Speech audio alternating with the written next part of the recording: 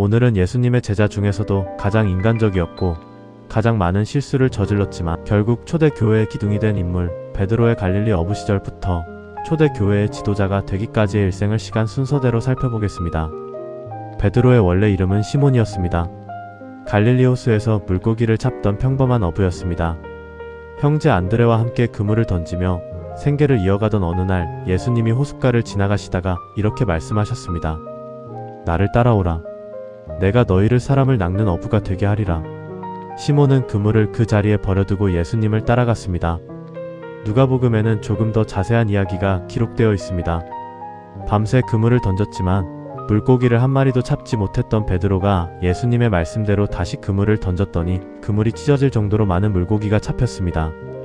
그때 베드로는 예수님 앞에 무릎을 꿇고 주여 나를 떠나소서 나는 죄인이로소이다라고 고백했습니다. 자신이 얼마나 부족한 사람인지 깨달은 것입니다. 그러나 예수님은 그런 베드로를 부르셨습니다. 완벽했기 때문에 부르신 것이 아니라 부르신 후 그를 온전하게 만들어 가신 것입니다. 예수님이 오병이어의 기적을 베푸신 후 제자들을 배에 태워 보내시고 홀로 산에 올라가 기도하셨습니다. 밤이 깊어지자 제자들이 탄 배는 거센 바람과 파도에 시달렸습니다. 그런데 새벽에 예수님이 물 위를 걸어서 그들에게 다가오셨습니다. 제자들은 유령인 줄 알고 두려워 소리쳤지만 예수님은 안심하라 나니 두려워하지 말라고 말씀하셨습니다. 이때 베드로가 외쳤습니다. 주여 만일 주님이시거든 나를 명하사 물 위로 오라 하소서. 예수님이 오라 하시자 베드로는 실제로 배에서 내려 물 위를 걷기 시작했습니다. 그러나 바람을 보고 두려워지자 그는 물에 빠지기 시작했습니다.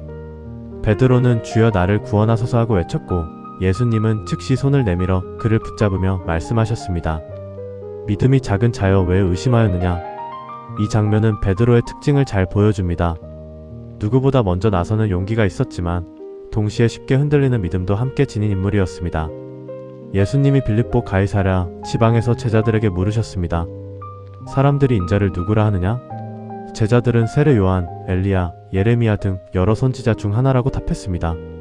예수님이 다시 물으셨습니다. 너희는 나를 누구라 하느냐? 이때 베드로가 대답했습니다. 주는 그리스도시요 살아계신 하나님의 아들이시니이다. 예수님은 이 고백을 듣고 크게 기뻐하시며 말씀하셨습니다. 바요나 시몬아 내가 복이 있도다.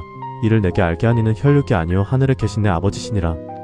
그러면서 예수님은 베드로에게 새로운 이름을 주셨습니다. 너는 베드로라. 내가 이 반석 위에 내 교회를 세우리니. 베드로라는 이름은 헬라어로 반석, 즉 큰 돌을 의미합니다. 이 고백은 신약 성경에서 가장 중요한 신앙 고백 중 하나로 여겨집니다. 예수님은 베드로와 야고보, 요한 세 제자만 데리고 높은 산에 올라가셨습니다. 그런데 갑자기 예수님의 얼굴이 해같이 빛나고 옷이 빛과 같이 휘어졌습니다. 그리고 모세와 엘리야가 나타나 예수님과 대화하는 장면이 펼쳐졌습니다. 베드로는 놀라움과 흥분 속에서 이렇게 말했습니다.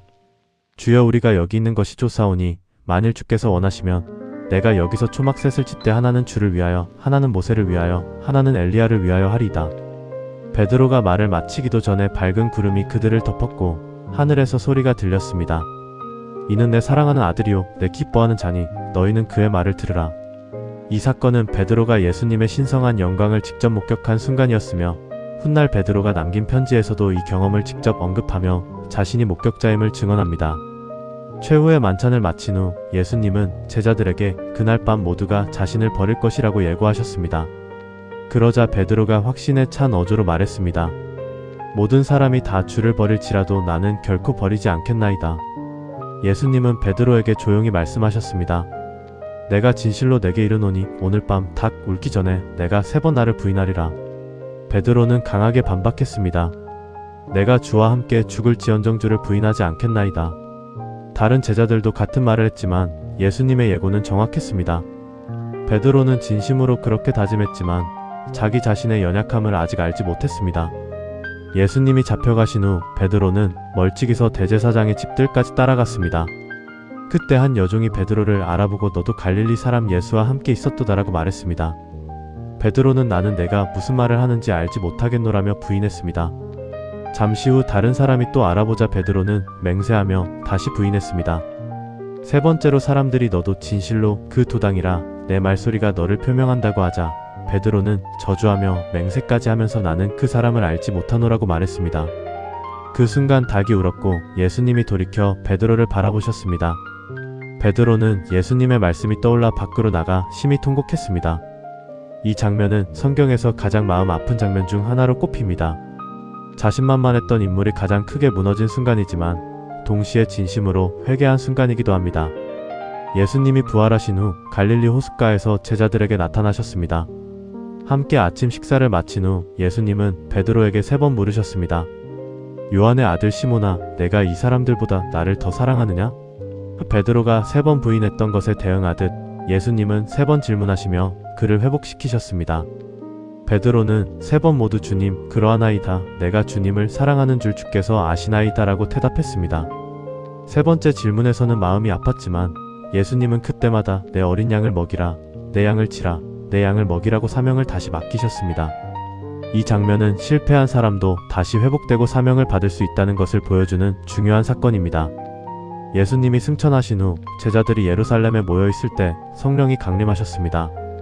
이때 베드로가 일어나 담대하게 설교를 시작합니다.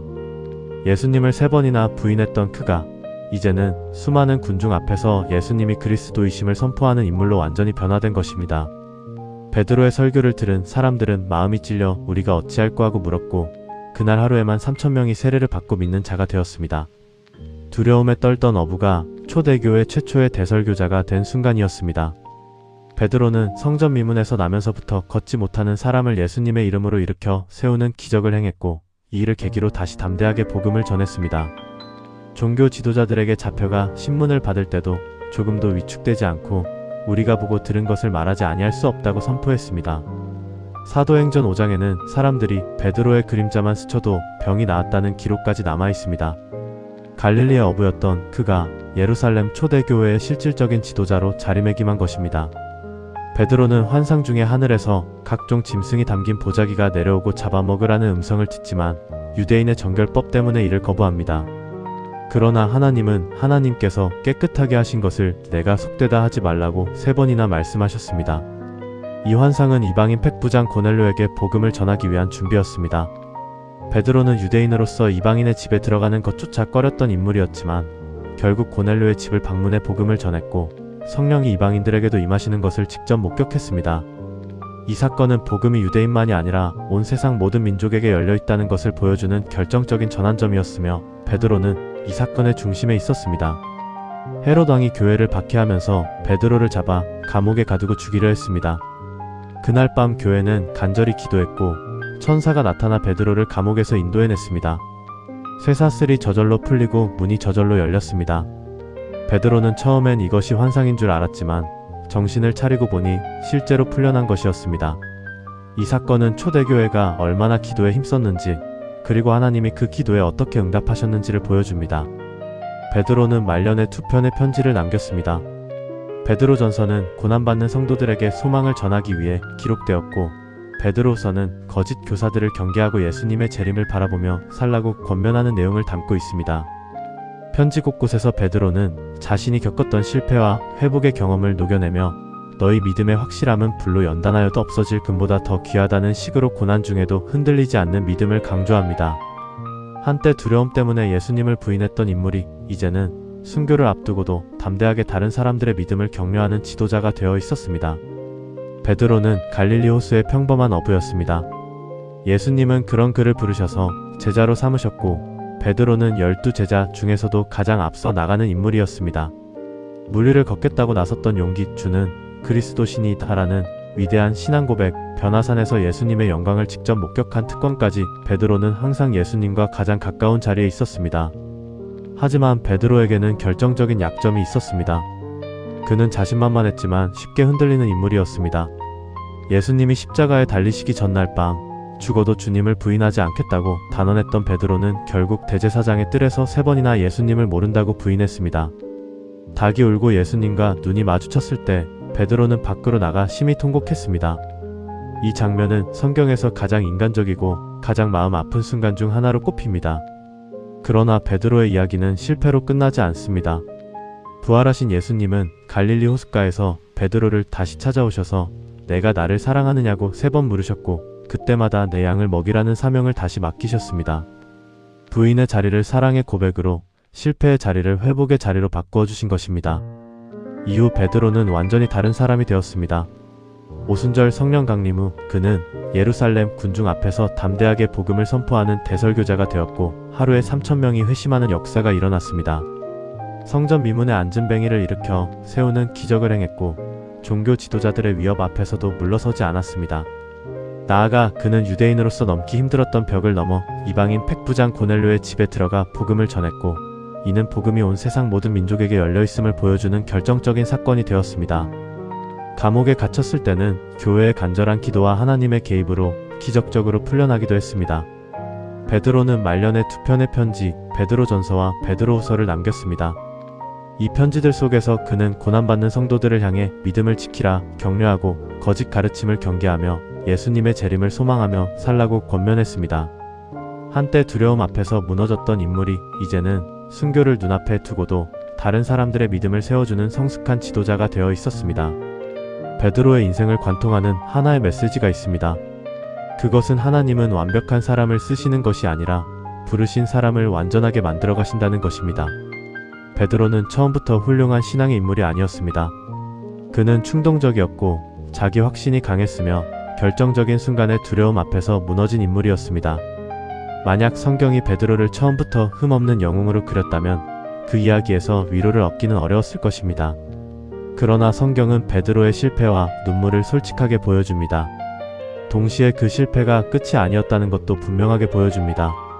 예수님은 베드로가 3번 부인하기 전부터 이미 그 일을 알고 계셨습니다.